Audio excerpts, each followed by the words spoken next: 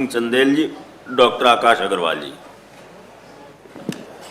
महोदय, जो ये वित्तीय विद्यालयों की समस्या है, यह पूरे उत्तर प्रदेश से जुड़ी हुई है और लगभग 24 करोड़ जनता से सीधे जुड़ी हुई है। किसी भी प्रदेश का जो विकास होता है वो उसकी अच्छी शिक्षा के माध्यम से पूरे प्रदेश का विकास हो सकता है।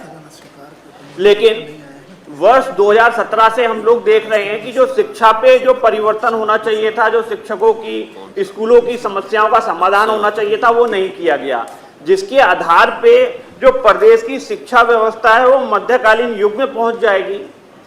पूरे देश में ना बिजली, पानी, सड़क, रोजगार, बस 2 ही 3 जगह हैं जो नहीं मांगते, जहां कोई समस्या नहीं। उसमें से एक निकोबार, अंडमान निकोबार में निकोबार द्वीप है, और एक मध्य प्रदेश में जहाँ पे आदिवासी रहते हैं, जो आज भी कपड़े ना पहन के छाल पहनते हैं। उनकी कोई समस्या नहीं है, ना वो कपड़ा मांगते हैं, ना वो पानी मांगते हैं, ना बिजली मांगते हैं, ना सड़क मांगते हैं, क्योंकि उन्होंने शिक्षा कभी ग्रहण नहीं करी। शिक्षा के अभाव में उन्हें पता ही नहीं है कि उन्हें क्या क्या सुविधाओं का मिलनी चाहिए। वो भी भारत सरकार के नागरिक हैं, वो खैर एक अलग बात है, देश का विषय है। लेकिन प्रदेश की शिक्षा व्यवस्था जो बिगड़ रही है, उससे जब हम अपने अधिकार, जब अच्छी शिक्षा नहीं ले पाएंगे तो हम अपने अधिकार वगैरह नहीं जान पाएंगे। तो प्रदेश सरकार को अपना एक बड़ा बजट शिक्षा के ऊपर खर्च करना चाहिए था, जो उसने कभी किया नहीं। कोरोना काल में भी आया, आप लोगों ने देखा, विभिन्न समूहों को सहयोग किया गया, मजदूरों को किया गया, सब्जी जो बेच रहे हैं उन्हें किया गया, लेकिन हमारे वित्तीय विद्यालय के शिक्षकों को एक नया पैसा भी नहीं दिया गया। अक्टूबर 2020 में घोषणा भी आ गई अखबारों के माध्यम से कि हमारे वित्तीय विद्यालय के शिक्षकों को सहयोग मिलेगा, लेकिन धरातल पर एक भी बात नहीं उतरी। एक नया पैसा सरकारी कोषागार से हमारे शिक्षकों को नहीं दिया गया, जबकि वर्ष 2016 में भी 200 करोड़ रुपए का वित्तीय विद्यालय के शिक्षकों को प्रोविजन किया गया था मानदेय देने के लिए। उस तरीके की भी कोई घोषणा नहीं की गई। हमारा जो वित्तीय विद्यालय का शिक्षक है, लगभग प्रदेश में 3 लाख शिक्षक है, जो 21,000 वित्तीय विद्यालयों में पढ़ा रहा है, जिसकी वजह से जो शिक्षा की उपलब्धता है वो प्रत्येक ब्लॉक में, गांव में हो पा रही है। सरकार अपने संसाधनों से विद्यालयों का संचालन भी नहीं कर सकती है। एक जो तुलनात्मक आंकड़े हैं पूरे देश में, जो पूरे विश्व स्तर की बात करें शिक्षा की, तो भारत बहुत पिछड़ा हुआ है, और भारत की भी बात करें तो उसमें उत्तर प्रदेश बहुत पिछड़ा हुआ है। विधान परिषद की ये बुकलेट हमें पिछले वर्ष मिली थी, उसमें बताया गया था कि जो हमारे हायर सेकेंडरी इंटर कॉलेज हैं वो पूरे देश में प्रति लाख जनसंख्या पर 35 हैं, और हमारे उत्तर प्रदेश में केवल 18 हैं। छात्र शिक्षक का जो अनुपात है वो हायर सेकेंडरी और इंटर में पूरे देश में 2534 का है प्रति लाख पर, और हमारे जो उत्तर प्रदेश में 48 और 81 का है।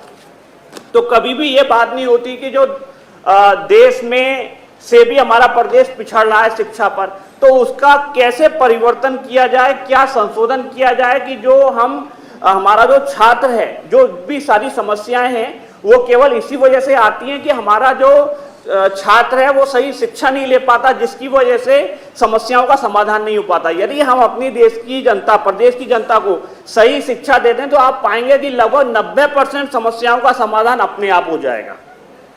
लेकिन प्रदेश सरकार वर्ष 2017 से ही वित्तीय विद्यालयों की अनदेखी कर रही है। हमारा जो माध्यमिक जो शिक्षा है ये हमेशा, अब यूपी बोर्ड, एक समय था जब आज से 20-25 साल पहले इसमें गरीब अमीरों के भी बच्चे पढ़ते थे, आज 2 वर्ग बन गए प्रदेश में, एक अमीर और एक गरीब। तो गरीब जो हैं वो आज भी यूपी बोर्ड में शिक्षा ले रहे हैं, जो पैसे वाले हैं वो सीबीएसई बोर्ड में चले गए हैं। आप देखेंगे जो भी हमारी माध्यमिक शिक्षा की परेशानी है वो 7 का के कारण है। वर्ष 1986 में ये नियमावली बनाई गई आपका, जिसे हाई कोर्ट के द्वारा मंजू अवस्थी केस में चैलेंज भी किया गया, जिसमें हाई कोर्ट ने भी डिसीजन दिया कि मान्यता देने की सुसंगत धारा 7 का नहीं है, मान्यता देने की सुसंगत धारा 7(4) है। जब हाई कोर्ट ने आपके ऊपर वर्ष 2016 में डिसीजन दिया, आप लोगों ने कुछ नहीं किया, तो हाई कोर्ट ने कोर्ट ऑफ कंडेम का ऑर्डर किया। वर्ष 2019 से आपने लगभग 2022 तक जो नए विद्यालय जिसकी जांच भी हो गई और मानकों के आधार पर पूर्ण थे, उन स्कूलों को भी मान्यता नहीं दी। लगभग 1500 स्कूल की मान्यता आज भी रुकी पड़ी हुई है। यदि वे 1500 स्कूल भी खुले होते, इस 7 काका की समस्या के कारण खुल गए होते, तो एक तो क्षेत्र में रोजगार मिलता उन शिक्षकों को, बच्चों को पढ़ने के लिए अच्छी शिक्षा मिलती। अब तक हम प्रदेश में देखते थे कि कोई भी सरकार है स्कूल विरोधी हो सकती है। ये पहली ऐसी सरकार है जो मैं देख रहा हूं जो स्कूल विरोधी है, शिक्षक विरोधी है, छात्र विरोधी है। ये सरकार ना तो छात्रों की और ना शिक्षकों की समस्याओं का समाधान करना चाहती है। जो आप लोगों के द्वारा मान्यता देने की नई नीति प्रस्तावित की गई है, उसमें सुझाव देने के लिए अंतिम तिथि 28 अगस्त 2022 थी। उन आपत्तियों का निस्तारण भी आपके द्वारा किस प्रकार किया जा रहा है यह भी ज्ञात नहीं है कि उसकी नीति आ गई है। दूसरा, अधिकारी जो कार्य कर रहे हैं वो इतनी लापरवाही से कर रहे हैं कि नई प्रस्तावित नीति के लिए सुझाव मांग रहे हैं कि नई नीति बन रही है, और जबकि जो हमारी पुरानी नीति है, आज भी एक संशोधन अधिनियम आया हुआ है, उस संशोधन अधिनियम के द्वारा भी माध्यम की नई नीति की बात ना करके आप लोग पुरानी नीति में संशोधन कर रहे हैं। तो कितने मतलब, और इसके अलावा जो शिक्षा है, हमारे संविधान में स्पष्ट लिखा है शिक्षा समवर्ती सूची का विषय है कानून व्यवस्था, मेडिकल सुविधाएं देना और शिक्षा। ये सब सरकार व्यय करती है, इस पर जो भी पैसा खर्च होता है। इसीलिए शिक्षा का अधिकार अधिनियम भी आया जिसमें शिक्षकों के द्वारा निःशुल्क शिक्षा प्रदान की जाती है। वर्ष 1971 में हजारों स्कूलों को सहायता प्राप्त किया गया केवल इसी आधार पर कि शिक्षा समवर्ती सूची का विषय है, इसलिए इस पर होने वाला सारा व्यय प्रदेश सरकार की जिम्मेदारी है। इसलिए 1971 में भी ये नियम बनाया गया था। यदि आज हमें प्रदेश की व्यवस्था को बचाना है तो शिक्षा को उत्तर प्रदेश सरकार, उसकी जिम्मेदारी उत्तर प्रदेश सरकार को लेनी पड़ेगी, क्योंकि शिक्षा के माध्यम से ही किसी भी समस्या का समाधान हो सकता है। हमारा जो शिक्षक, आज आप यदि देखेंगे, आप कभी अध्ययन करें, आपको समय मिले शिक्षा के ऊपर देखने के लिए भी, क्योंकि हमारे देश का दुर्भाग्य है कि जब चुनाव आता है तो उसमें रोजगार की, सड़क की, बिजली की, शिक्षा की, स्वास्थ्य सुविधाओं की बात कोई नहीं करता है। इसके अलावा चुनाव में सारी बातें हो जाएंगी। यदि आप लोग शिक्षा पे देखेंगे तो आप लोगों को पता चलेगा कि जो हमारे छोटे छोटे जिले हैं, कासगंज है, हाथरस है, उसमें जो ये वित्तीय विद्यालय चल रहे हैं, इसका छात्र केवल 150 या 200 रुपये फीस देता है, और जो हमारे विद्यालय में जो शिक्षक पढ़ा रहे हैं वो 3000-4000 रुपये ले पाते हैं। क्योंकि उसका भी एक कारण है, जब विद्यालय में फीस ही किसी स्कूल में महीने की 1 लाख रुपए आएगी तो विद्यालय उससे ज्यादा खर्च नहीं कर सकता। तो जब शिक्षा समवर्ती सूची का विषय है तो प्रदेश सरकार को अपनी जिम्मेदारी उठानी चाहिए और प्रत्येक शिक्षक को उसका घर चले, सम्मान से जीवन जी पाए, उसके लिए प्रदेश सरकार को आगे आना चाहिए।